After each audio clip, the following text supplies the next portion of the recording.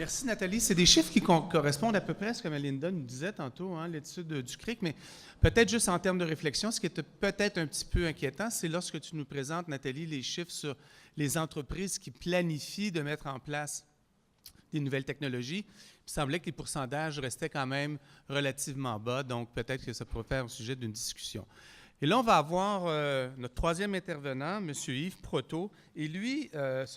Proto, qui est coprésident de APN. Et ce qui est fantastique avec Yves, on l'a rencontré il y a, je pense, 6-7 mois. On est arrivé dans son usine à 9 h le matin. Je pense qu'on est sorti à 3 h de l'après-midi. On n'avait même pas eu le temps de prendre un sandwich. On est sorti de là complètement épuisé. Mais lui, il était toujours en forme, il était toujours prêt à nous présenter. C'est un passionné. Et ce qui est intéressant avec Yves, c'est que leurs entreprises sont quand même assez avancées, parmi les plus avancées, je pense. Il va vous en parler au Québec. Et donc, je te demanderai, Yves, de venir me rejoindre et de nous présenter ton expérience.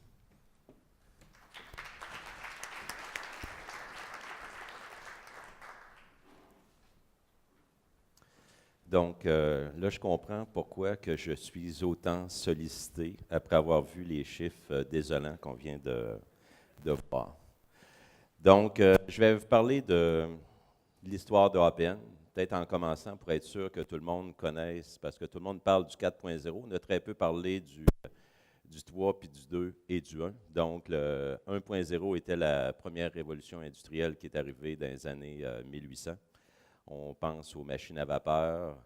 Le 2.0, c'est l'arrivée de l'électricité, l'électrification des entreprises. Donc, c'est là qu'on a commencé à faire du travail à la chaîne, les usines plus faciles à gérer. Le 3.0, c'est souvent ce que le monde se mélange avec le 4.0. C'est l'arrivée des ordinateurs dans les usines. Mettons ERP, là, c'est 3.0. Donc, si tu n'as pas d'ERP, tu es 2.0. C'est l'arrivée des contrôles numériques, l'arrivée dans le domaine, mettons, qu'on connaît dans l'aérospatial, les centres CNC, ce qu'on appelle CNC. 4.0, ben, c'est l'interconnexion de tout ça, l'interconnexion de l'homme, la machine et les systèmes, et l'ajout de décisions là-dedans, des algorithmes, l'intelligence artificielle et toutes ces choses-là. Parler de l'histoire de APN. Donc, APN n'a pas commencé avec le 4.0, APN a commencé avec le 2.0. Avec mon père, qui a une formation de machiniste, qui a commencé dans le vrai 2.0, comme outilleur, donc tout ce qui était machine manuelle. Ça, c'est une photo de l'atelier d'usinage de mon père, il y a environ 35 ans. Donc, on était comme dans l'ancien temps. Mon père ne voulait pas aller, on parle un peu de ressources humaines aujourd'hui, mon père ne voulait pas aller, lui, dans le 3.0. Donc, lui, les ordinateurs et toutes ces choses-là, il avait comme décidé que c'était pas ses affaires. Donc, c'est par l'arrivée de mon frère dans l'entreprise, puis lorsque mon frère a acheté mon père, que APN a été dans le 3.0. Mon frère, tout jeune, le blond qui est là.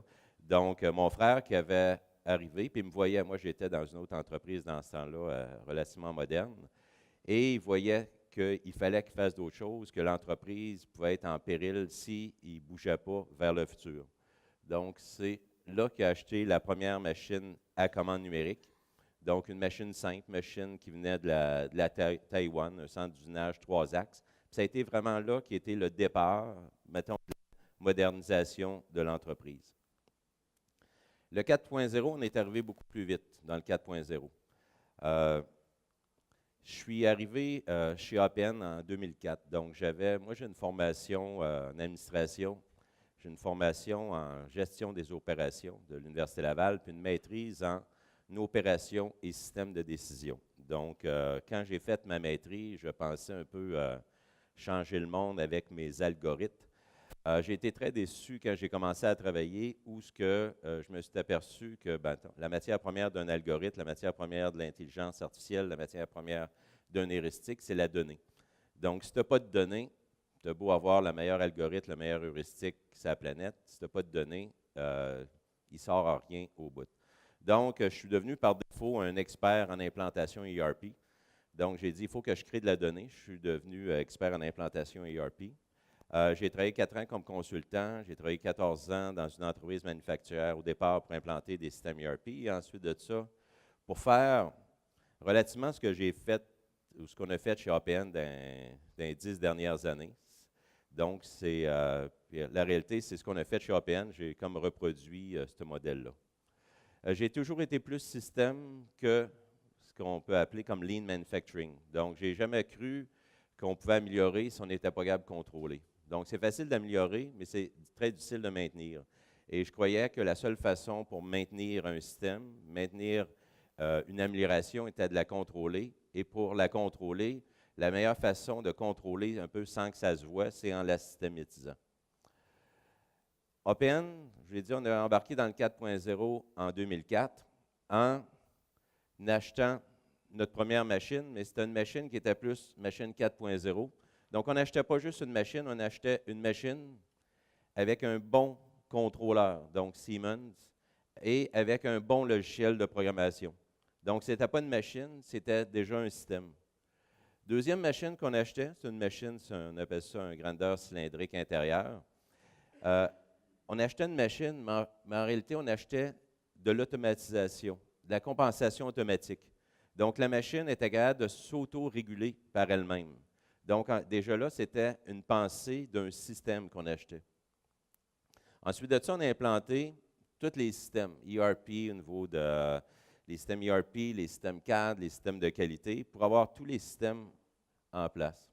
On a acheté aussi, dans cette période-là, une entreprise en technologie de l'information. Donc, des gens, des mécaniciens d'informatique, donc des gens qui travaillent à faire, mettons, de l'infrastructure informatique. Moi, j'avais vu que sans bonne infrastructure informatique, mon modèle tombait à l'eau. Donc, moi, si je n'ai pas d'ordinateur, mon modèle d'affaires ne marche pas. Donc, on avait acheté Umbrella Technologies. En 2007, on a fait une réflexion. Qu'est-ce qu'on va être dans 20 ans? Est-ce qu'on va être une machine shop? Moi, j'ai dit, il n'y aura plus d'entreprise traditionnelle dans 20 ans. J'ai dit, on va être une entreprise technologique. Donc, on a beau, vous avez vu un peu qu'est-ce que ça va l'air tout à l'heure, les images. J'ai dit, l'entreprise normale, comme on la voit, machine shop, comme toutes les entreprises, comme une banque traditionnelle, comme n'importe quel secteur, un hôpital traditionnel, ça n'existera plus tantôt. Il faut tout devenir des entreprises technologiques. Donc, on a dit, si on veut être une entreprise technologique, on devrait se mettre dans un parc technologique. Donc, on s'est installé dans le parc technologique à Québec. C'est fait une belle bâtisse. Donc, une belle bâtisse. Pourquoi une belle bâtisse? On avait mis, mettons, le côté haut. Pourquoi une belle bâtisse? Parce qu'on avait prévu qu'il manquerait de monde à un moment donné au niveau. Tout le monde parle de pénurie de main-d'œuvre. D'après moi, c'est juste passager. Là, si tantôt on prend en jaser. On avait parlé de pénurie de main-d'œuvre. Moi, j'avais dit, si il y a à faire de quoi, on va la faire belle la bâtisse. Comme ça, les gens vont être intéressés à venir travailler chez nous. Aussi, on a dit, c'est pas juste une bâtisse qu'on va faire. On va faire une bâtisse, mais il faut qu'elle soit organisée parfaitement pour le futur. Donc, il y a quelque chose qui bouge tout seul. Donc, on a dit, on va installer tout de suite la téléphonie voix sur IP. On a mis une infrastructure de classe mondiale. Depuis ce temps-là, depuis 10 ans, on l'a changé. On est rendu cette année à la 3e fois qu'on change notre infrastructure serveur network. On vient de mettre 1 demi-million là-dessus.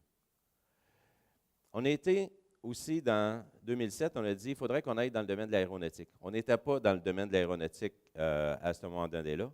Donc, on a dit, on pensait, nous, faire des pièces dans le domaine de l'aéronautique. Ce qu'on s'est aperçu, c'est qu'on faisait de la donnée. Donc, la partie pièce, il faut que je fasse attention. La partie pièce était un élément qui était important, mais lorsqu'on vendait chez nos fabricants d'avions, ben, ils voulaient plus avoir de la donnée, ou autant avoir de la donnée que de l'avoir de la pièce. Donc là, ensuite de ça, on s'est dit, Elle bouge tout seul.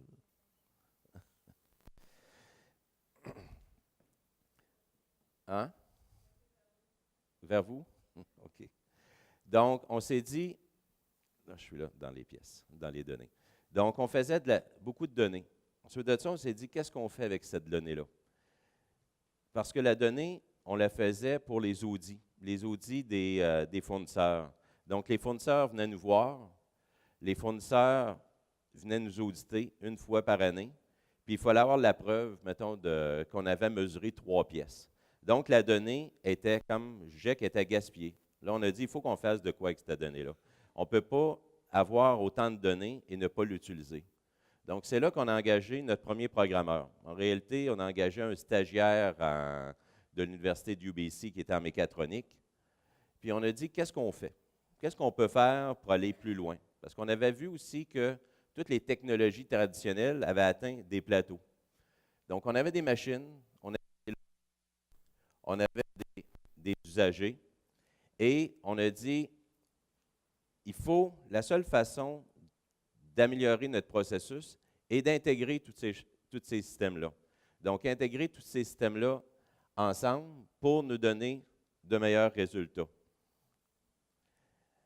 On a fait, la première étape, ça a été d'analyser la donnée, faire un système de base de données pour tout connaître la donnée de toute notre entreprise, venant de tous les systèmes. Je vais passer, celle-là est intéressante aussi, mais c'est ma vision de l'automatisation, mais pour aller plus loin. Et on a fait ce système-là on a décidé de créer un système pour nos employés moyens. Donc, ce qu'on a voulu faire, comme aujourd'hui, on peut comparer notre système avec une espèce de Waze. Donc, on a décidé de créer un système pour aider notre employé moyen, pour guider l'employé à être meilleur. Donc, ce que ça dit, au départ, ça a été de créer un système de gestion ou contrôle des procédés. Donc, avoir toute l'information qu'on avait besoin en relation avec notre pièce, pour analyser, avoir des moyens pour analyser notre donnée. Donc, nos gens en amélioration continue ne travaillaient plus avec leur PIF, mais travaillaient avec la donnée. On a travaillé à guider l'employé, donc à dire à l'employé quoi mesurer, quoi faire. Ensuite de ça, quand on a eu cette information-là, on a dit, on serait-tu capable aussi de brancher les machines pour savoir c'est quoi qui fonctionne et qui ne fonctionne pas. Donc, ce qui est vert, c'est une machine qui fonctionne. Rouge, elle ne fonctionne pas. Avec ça, ça nous a permis de doubler l'utilisation de la machine. Avec la donnée, on a vu aussi qu'on pourrait améliorer notre processus de planification. Donc, on s'est créé un système maison de planification.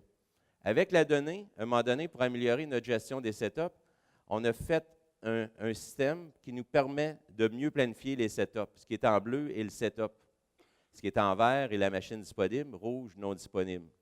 Avec la donnée, on a été capable de mieux acheter. Donc, acheter en fonction d'exactement ce qu'on avait besoin immédiatement, au lieu d'acheter en fonction des informations plus ou moins bonnes que notre ERP nous donne.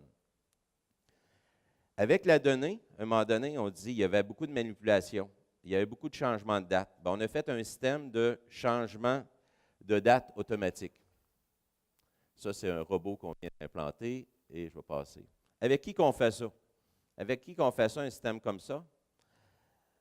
Est-ce qu'on fait ça avec ce monde-là, nos 2.0, nos 3.0, ou ces genres-là? C'est avec ce monde-là qu'il faut travailler. Donc, il faut arrêter d'engager des employés 3.0. Bien, là, j'ai vu qu'il faut peut-être continuer d'en engager pour certaines entreprises, au moins pour se rendre à 3.0. Mais pour aller à 4.0, il faut engager des gens en mécatronique, des gens en robotique. On a 3 personnes qui ont des maîtrises en robotique chez APN. Des gens en automatisation, des programmeurs, des mécaniciens, des mathématiciens, des gens qui rêvent et qui vivent le 4.0. Juste pour vous donner une idée, ça, c'est une partie de l'équipe 4.0 chez APN. Il n'y a aucun machiniste là-dedans. En réalité, sur le comité de direction d'APN, il y a un seul personne qui est capable d'usiner une pièce, et c'est mon frère. Tous les autres, on utilise uniquement la donnée. Il faut investir en technologie d'information.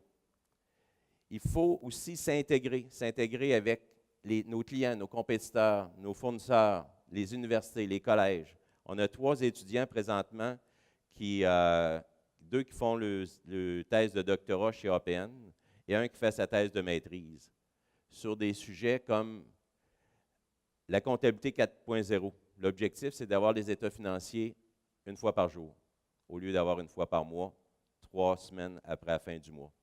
C'est d'avoir la programmation dynamique. Donc, programmer la planification, donc planifier d'une façon dynamique en fonction des intrants qui viennent des fournisseurs et des intrants qui viennent de nos systèmes. Faire la compensation machine automatique. Utiliser le big data. On travaille déjà dans du petit big data, des petites analyses, mais aller plus loin là-dessus. L'intelligence artificielle, donc tout ce qui est compensation des machines, tout ce qui est au niveau en fonction de la dilatation thermique. Implantation des cobots. Donc, dans la prochaine année, on a un plan pour en implanter une dizaine. Donc, quand tu en as implanté un, ben après ça, tu peux en implanter, tu peux multiplier. Mettre des sensors partout. La gestion d'énergie.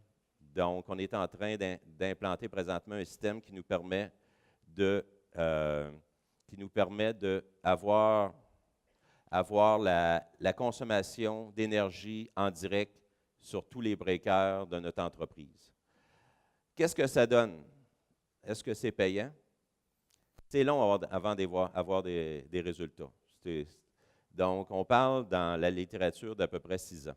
Donc, ce n'est pas comme un Kaizen qu'on peut justifier très rapidement. Mais qu'est-ce que ça l'a donné à APN après, mettons, toutes ces années? Bien, chez Pratt & Whitney, on a eu 0 non-conformité, 0 livraison en retard dans les 3 dernières années. On a augmenté la business de l'usine à Québec de APN de 66 % l'année passée en diminuant de 10 % le nombre de machines. On a augmenté le ratio vente par employé de 50 %. On a diminué le ratio WIP, ça veut dire travaux en cours, par rapport aux ventes de 50 %. Une augmentation importante des profits. Et on a eu un investissement chez APN d'Investissement Québec cette année on a acheté une nouvelle entreprise. Puis, on a changé de valorisation d'une valorisation traditionnelle, mettons, qui est souvent reliée à valeur au livre, à une valorisation d'high-tech. Donc, du jour au lendemain, tous les actionnaires, parce qu'on fait participer, on a une quinzaine d'employés qui sont actionnaires, du jour au lendemain, les employés ont comme triplé leur valeur. En conclusion, j'ai pris ça de Charles Darwin, on n'aura pas le choix d'aller vers le 4.0. Ce n'est même pas une question. Ceux qui ne changent pas vont mourir. Donc, c'est pas. Darwin avait dit que ce n'était pas les plus forts qui passaient au travers, ce n'était pas les plus intelligents, mais c'était les plus agiles. Ceux qui étaient le plus. Ils répondaient plus au changement. Donc, si les gens ne changent pas, ce n'est même pas une question de décision. Là. Vous n'avez qu'à regarder dans le passé. Tous ceux qui n'ont pas été à 2.0 sont morts, ceux qui n'ont pas été à 3.0 sont morts. Bien, ceux qui n'iront pas à 4.0, ben, d'après moi, ils vont mourir aussi. Merci.